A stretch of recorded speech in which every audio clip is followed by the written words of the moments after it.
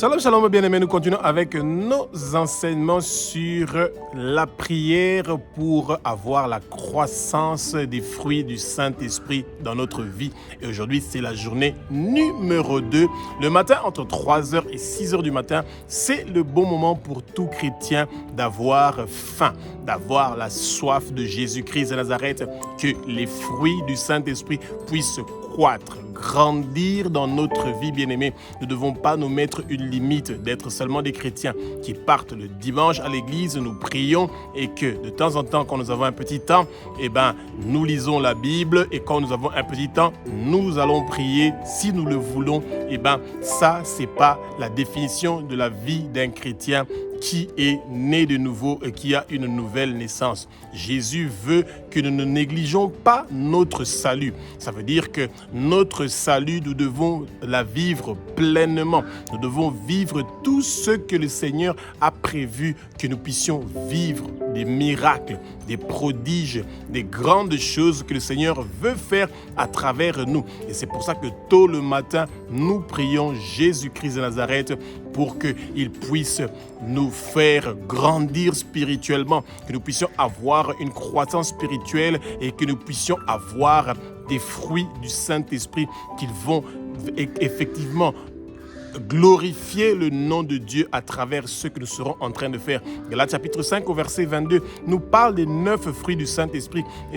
Toutes ces semences-là que Jésus a plantées dans notre cœur, ces semences-là doivent grandir, bien-aimés. Ouvrons nos yeux, ouvrons nos oreilles, ayons la compréhension des choses d'en haut. Nous devons avoir soif des choses d'en haut au lieu d'avoir soif des choses d'en bas, bien-aimés. Et c'est ça, Jésus-Christ de Nazareth, le roi des rois, le Seigneur du Seigneur, veut que les chrétiens puissent prier, veut que les chrétiens puissent étudier la parole pour qu'ils soient arrosés par l'eau que Jésus est en train d'arroser, le jardinier par excellence. Il est en train d'arroser de l'eau dans votre cœur pour que les semences qu'il a plantées dans cette bonne terre-là puissent donner des arbres qui vont donner des fruits qui seront utiles à quelqu'un, à notre prochain, aux autres, pour qu'ils puissent venir vers Jésus.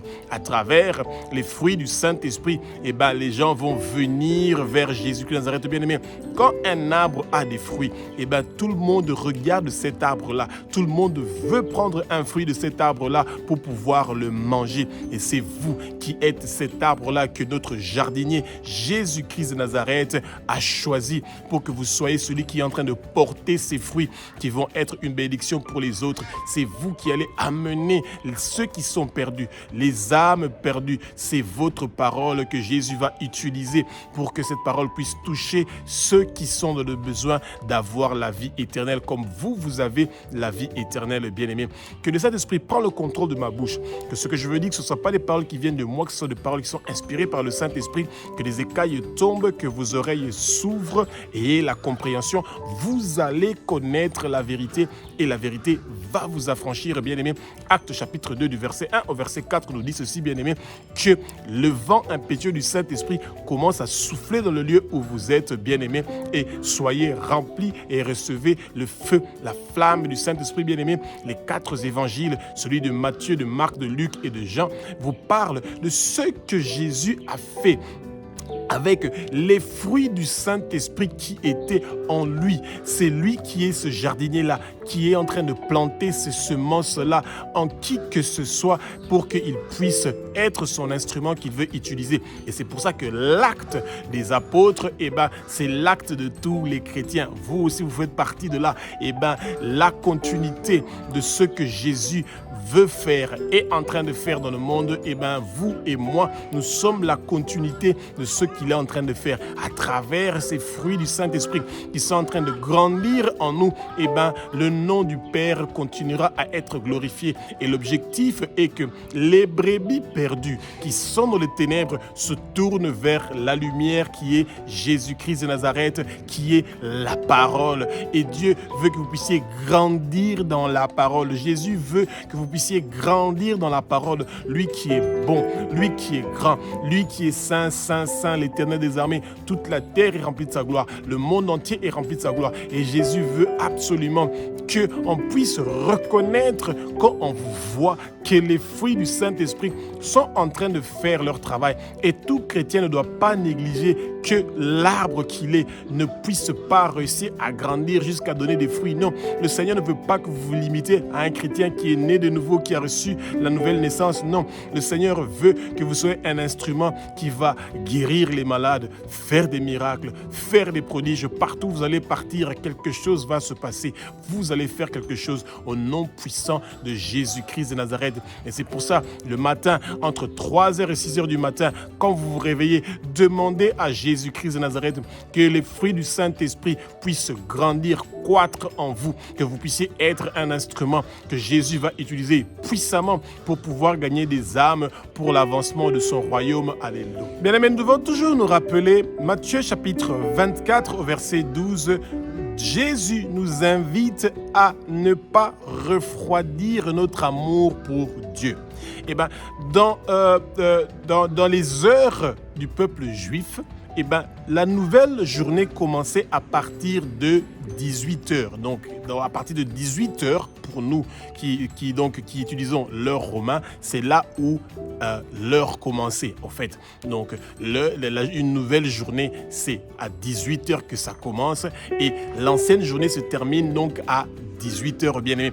Pourquoi les chrétiens doivent comprendre ça? Eh bien, ça veut dire que quand il est 18h, eh ben, à l'époque où Jésus était en train de vivre, eh ben, c'est là où il y a une nouvelle journée qui commençait, la première heure. Et cette première heure-là, bien aimé, c'est là où le monde de ténèbres commençait déjà à travailler. Et c'est pour ça que Jésus souvent était en train de guérir les gens au coucher du soleil.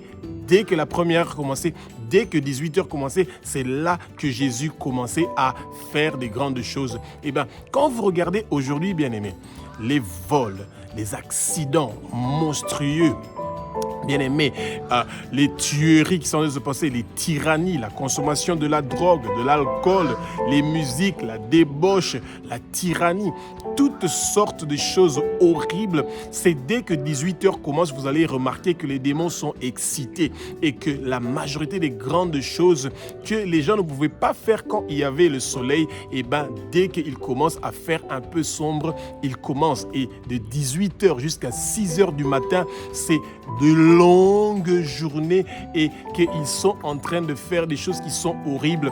Et c'est pour ça que le peuple de Dieu, nous, pendant la journée, nous devons demander déjà au Seigneur que tout ce que le monde des ténèbres a prévu pour faire la pédophilie, le vol, les meurtres, la consommation de la drogue, la division des familles, toutes sortes de tyrannies, et ben que le feu du Saint-Esprit commence à brûler tous ces plans maléfiques et diaboliques que le monde des ténèbres a prévus pour détruire les nations, pour détruire les peuples. Et nous, quand nous nous réveillons le matin, entre 3h et 6h du matin, nous devons détruire tout ce travail-là que le monde des ténèbres a fait. C'est ça, quand nous avons les fruits du Saint-Esprit, nous avons cette sagesse-là, cette intelligence-là, cet amour-là pour pouvoir détruire ce que le monde des ténèbres est en train de préparer pour faire mal à nos enfants, pour faire mal aux nations. Comment les parents peuvent dormir jusqu'à 6h du matin et ils savent que leurs enfants vont sortir pendant la journée, ils vont partir à l'école, ils vont partir au travail, leurs petits-enfants vont partir à l'école et au travail, et que vous pensez que le Satan va vous laisser avoir une vie paisible, tranquille, eh bien, ça ne sera pas le cas. Ils ont fait tout un travail pendant notre sommeil, et c'est pour ça que tôt le matin, quand nous nous réveillons, nous brisons, nous détruisons tout le travail que le monde de ténèbres a fait, parce qu'aujourd'hui, nous avons la victoire. Que notre amour pour Jésus-Christ ne puisse pas se refroidir, bien aimé.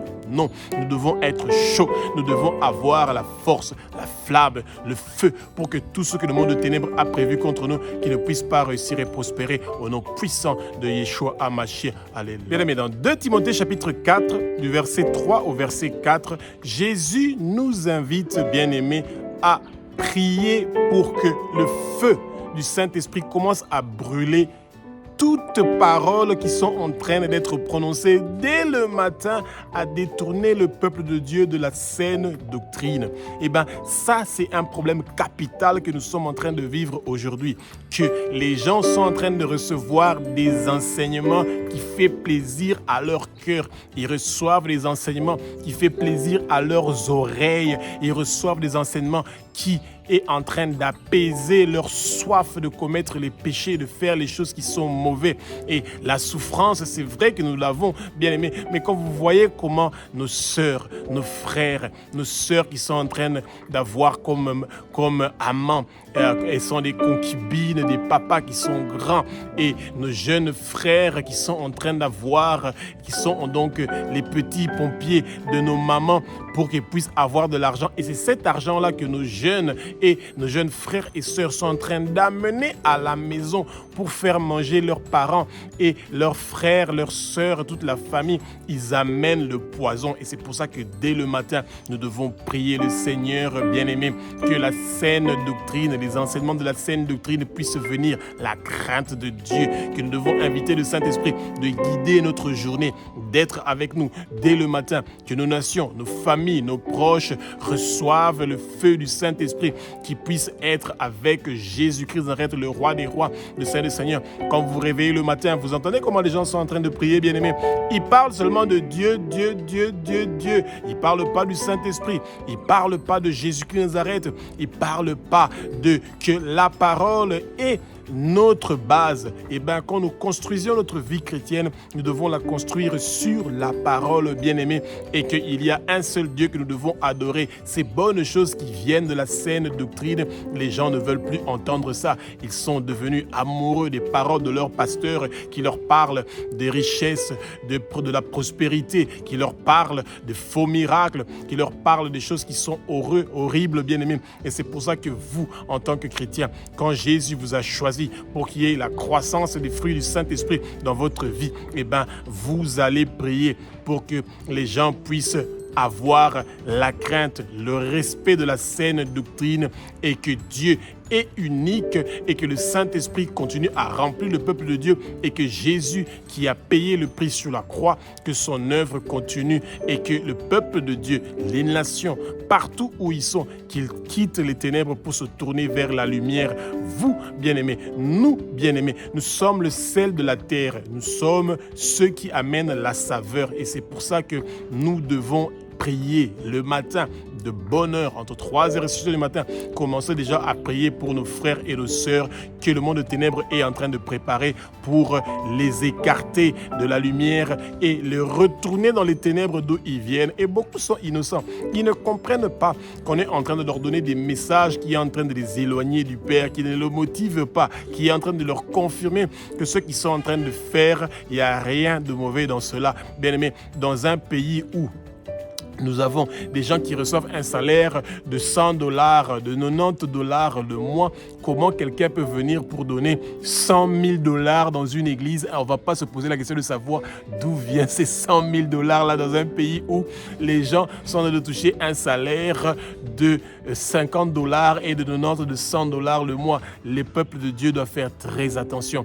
Les églises, nos familles ne doivent pas recevoir l'argent qui vient de la corruption. C'est un poison qui vient pour nous détruire, et le Seigneur ne veut pas que nous faisions ces choses-là, et c'est pour ça que nous devons prier pour que nous ne puissions pas recevoir de l'argent qui est corrompu. Nous ne devons pas recevoir une semence corruptible. Et bien, c'est ça. Le Seigneur veut que nous puissions prier pour que la semence incorruptible qu'il a plantée sur nous, qui sommes une terre qui est agréable à lui, Jésus, que ces plantes-là puissent grandir, que les fruits du Saint-Esprit puissent se manifester en nous et dans notre famille et dans nos proches. Et c'est tôt le matin que nous commençons à demander au Seigneur de faire ces grandes choses-là pour nous. Alléluia. 2 Corinthiens chapitre 11 au verset 4, bien-aimés. Jésus-Christ de Nazareth, le roi des rois, le Saint du Seigneur, nous invite à prier pour que les nations n'écoutent pas ces gens qui sont en train de parler d'un faux Jésus. Et c'est tôt le matin, entre 3h et 6h du matin, bien-aimé, que nous commençons à demander à Jésus que toute personne qui veut présenter un faux Jésus, peu importe l'église où il est, peu importe le lieu où il est, que ces paroles-là qu'il veut utiliser pour présenter un faux Jésus, que ces paroles-là reçoivent le feu, que ça reçoit le feu et que ça commence à brûler. Bien-aimé, demandons à Jésus que les paroles qui seront prononcées chaque jour de notre vie, que ce soit des paroles qui parlent de la repentance, qui parlent de la sanctification dans nos églises, dans nos familles, dans nos assemblées, bien-aimés, dans votre travail, qu'on parle de la repentance, qu'on parle de la sanctification et que toute parole qui est en train de présenter un faux Jésus aux nations, au peuple, dans votre famille, dans votre vie, que cela ne puisse pas réussir et prospérer. C'est une arme que le Satan est en train de forger contre les nations, contre les chrétiens, de leur présenter un faux Jésus, de mettre dans la tête de l'homme qu'il n'y a pas de saine doctrine et que vous ne devez pas croire à la saine doctrine.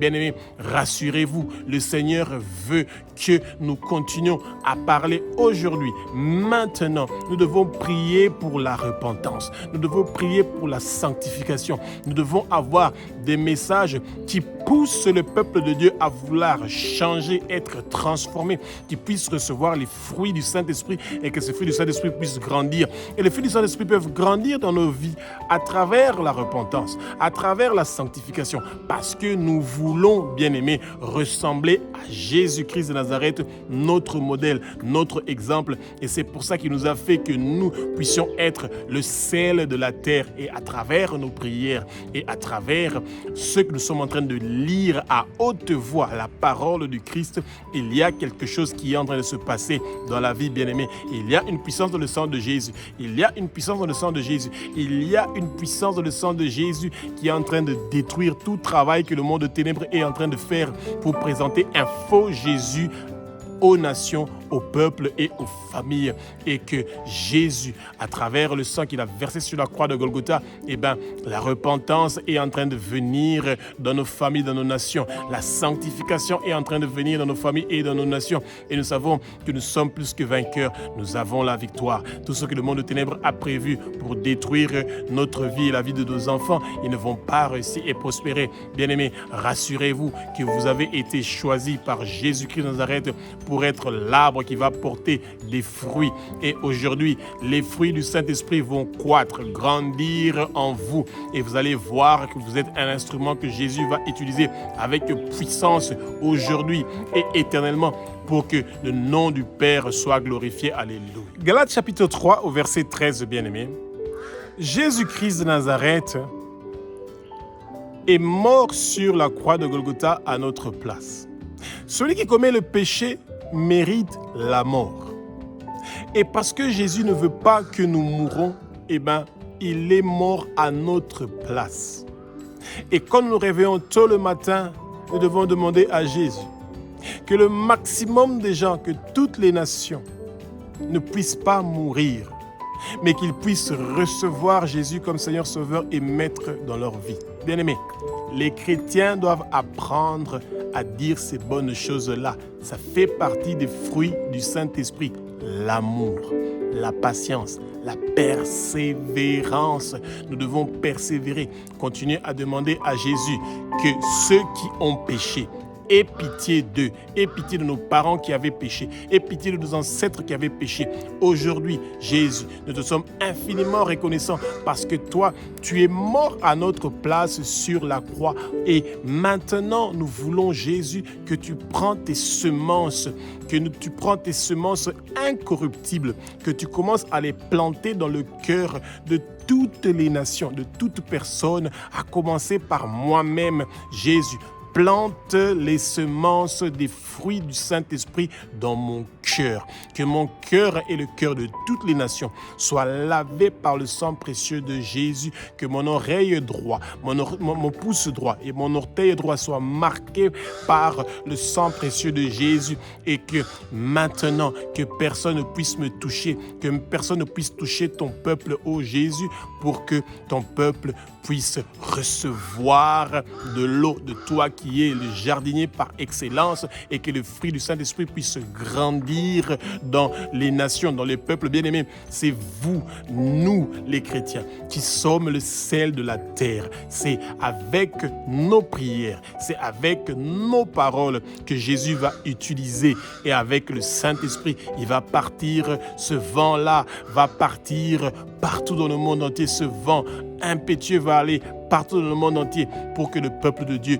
puisse se réveiller, que leurs yeux s'ouvrent, que leurs oreilles écoutent, que la compréhension vienne, que Jésus veut que dès le matin, qu'ils cherchent les choses d'en haut au lieu de chercher les choses d'en bas. Et c'est ça le souhait de Jésus-Christ de Nazareth, le roi des rois, le Saint des seigneurs, qu'il veut à tout prix que la semence incorruptible de Jésus puisse être plantée dans nos cœurs, que le peuple de Dieu puisse avoir la faim, la soif de recevoir cette eau-là que quand nous le buvons, nous n'allons plus jamais avoir soif. Cette eau s'appelle Jésus-Christ de Nazareth, Jéhovah Jireh, celui qui pourvoit à tous nos besoins. Et aujourd'hui, Jésus met dans votre cœur de prier pour votre pays, pour vos autorités, de prier pour tous ceux qui sont élevés en dignité, pour que tous ces gens-là puissent mener la bonne gouvernance, que la bonne gouvernance puisse venir dans votre pays. C'est la tâche de nous les chrétiens qui sommes le sel de la terre, de prier pour que ces bonnes choses puissent être réalisées dans notre pays, dans nos nations, au nom puissant de Jésus-Christ de Nazareth. Alléluia. Bien-aimés, tôt le matin, entre 3h et 6h du matin, c'est le bon moment que les chrétiens doivent prendre le temps de pouvoir demander à Jésus-Christ de Nazareth, le roi des rois, le Saint des seigneurs, au nom de Jésus, que Dieu a ressuscité des morts selon les saintes écritures bien-aimées, que le feu étranger ne vienne pas pour brûler les semences incorruptibles que Jésus a plantées dans nos cœurs. L'objectif du Satan est, dès le matin, d'enlever ces bonnes semences que Jésus a mis dans nos cœurs et de penser au luxe, à la richesse, aux maisons, aux voitures, aux jolis habits, aux jolies chaussures, toutes les choses qui sont luxueuses, les choses qui vont rester ici sur terre, au lieu de chercher que notre nom soit inscrit dans le livre de vie de l'agneau. Eh bien, bien-aimés, nous devons prier tôt le matin, que toute parole qui veut encourager les fausses doctrines, ces églises de Satan. Oui, les gens pensent que toute église est une église. Non, c'est pas vrai. Il y a beaucoup des églises qui sont des églises de Satan, où on ne parle pas de la saine doctrine, où on parle d'un Jésus qui est faux, où on ne parle pas du Saint-Esprit qui doit venir pour enseigner, faire comprendre aux gens qu'il est très important de prier Jésus, le vrai Jésus de la Bible. Eh bien, que toute parole qui n'est pas en train de parler du Jésus de la Bible, qui parle d'un faux Jésus, que ces paroles-là reçoivent le feu, bien-aimé. Feu à toute doctrine de démons. Il y a des doctrines de démons qui sont en train de parler d'un autre Dieu. Ils ont mis des codes, ils ont aveuglé les gens pour que les gens ne puissent pas comprendre qu'ils sont en train de recevoir des faux enseignements. Et c'est à nous les chrétiens, avec notre prière, avec la grâce que le Seigneur nous fait, que nous puissions prier pour les nations, pour nos familles, qui ne soient pas affectées par ces fausses églises, par ces églises de Satan, par ces faux enseignements qui parlent d'un Jésus qui est faux, qui n'est pas le Jésus de la Bible, bien-aimé. Et c'est à nous les chrétiens que nous devons demander que tous ces feux étrangers qui viennent pour brûler nos semences, qui viennent pour brûler notre foi, et que tous ces feux étrangers-là ne puissent pas réussir et prospérer. Tous leurs plans maléfiques, tous leurs plans diaboliques ne vont pas réussir et prospérer au nom puissant de Jésus de Nazareth. Bien-aimé, le Seigneur veut que vous soyez un arbre qui est en train de produire des fruits. Et votre parole, parce que vous vivez une vie de sanctification, votre parole a une puissance, a une autre dimension, a une dimension que quand vous prononcez des paroles, vos paroles dans vos prières est une flamme, un feu qui part avec le vent impétueux du Saint-Esprit et qui est en train de faire des œuvres et des grandes choses dans le monde spirituel. Vous n'avez aucune idée. Vous pensez seulement que c'est une parole que vous avez prononcée, mais cette parole-là a une puissance incroyable parce que votre parole est amplifiée par le vent impétueux du Saint-Esprit et ça part partout où le Seigneur veut réaliser quelque chose. Il utilise votre voix, vos paroles. Et c'est pour ça que quand vous avez les fruits du Saint-Esprit et que vous prononcez des paroles, vous priez avec ferveur et persévérance, et bien votre parole part pour faire un effet merveilleux, de ramener les brebis qui sont perdues vers Jésus-Christ de Nazareth, qui est la porte, qui est le bon berger. Alléluia. Bien-aimés, tôt le matin, entre 3h et 6h du matin, Jésus-Christ de Nazareth, le roi des rois, le Saint Seigneur, nous invite à prier pour que les nations puissent quitter Babylone et marcher vers la nouvelle Jérusalem. Bien-aimés, Jésus connaît que deux seules villes dans son vocabulaire. Il connaît la ville de Jérusalem, où nous tous nous sommes invités à venir à Jérusalem gratuitement. La seule chose que nous devons faire, c'est croire que Jésus est le Fils de Dieu, qu'il est Dieu, qu'il a versé son sang sur la croix de Golgotha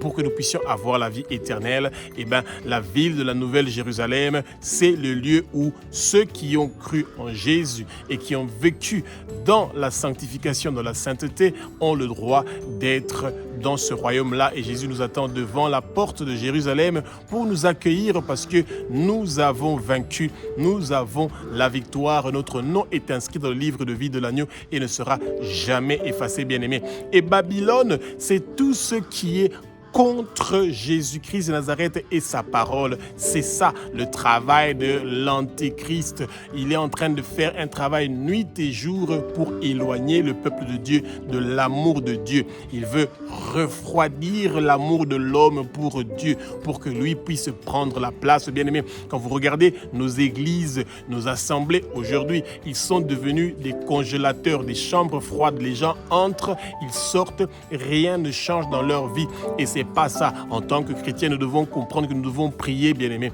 que tous les gens qui visitent nos églises, qu'ils ne puissent pas sortir les mains vides, que chaque fois qu'ils vont entrer dans les églises, qu'ils sortent avec un feu, une flamme, avec une connaissance qui leur donne la puissance, le pouvoir de pouvoir faire des grandes choses. Alléluia. Parce que c'est ça la volonté de Jésus. Il veut que nous puissions faire des grandes choses pour l'avancement de son royaume, bien-aimé.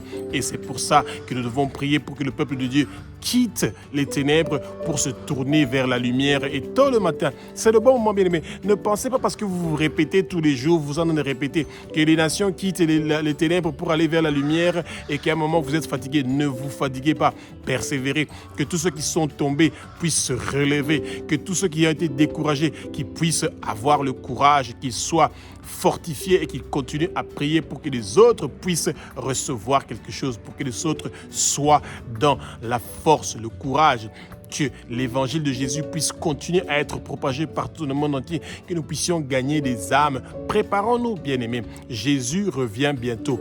Et il y a une puissance dans le sang de Jésus. Il y a une puissance dans le sang de Jésus. Il y a une puissance dans le sang de Jésus qui est en train de briser les chaînes qui empêchent le peuple de Dieu de quitter Babylone pour aller vers Jérusalem. Et aujourd'hui, les fruits du Saint-Esprit qui sont en train de grandir en vous vous donnent la puissance, la force, la connaissance pour conduire le peuple de Dieu pour aller vers le bon berger qui est Jésus qui Nazareth, le roi des rois, le Saint des seigneurs. Bien-aimé, Jésus vous utilise comme son instrument pour que ceux qui sont perdus puissent venir vers lui. Alléluia. Romains chapitre 12 du verset 1 au verset 2, Jésus-Christ de Nazareth nous invite à chercher les choses qui sont agréables, les choses qui sont bonnes, les choses qui sont parfaites. Jésus veut que nous qui sommes les chrétiens, nés de nouveau, nous avons une nouvelle naissance. Ça veut dire que nous sommes nés d'esprit. Nous avons le Saint-Esprit. Nous avons l'Esprit de Dieu.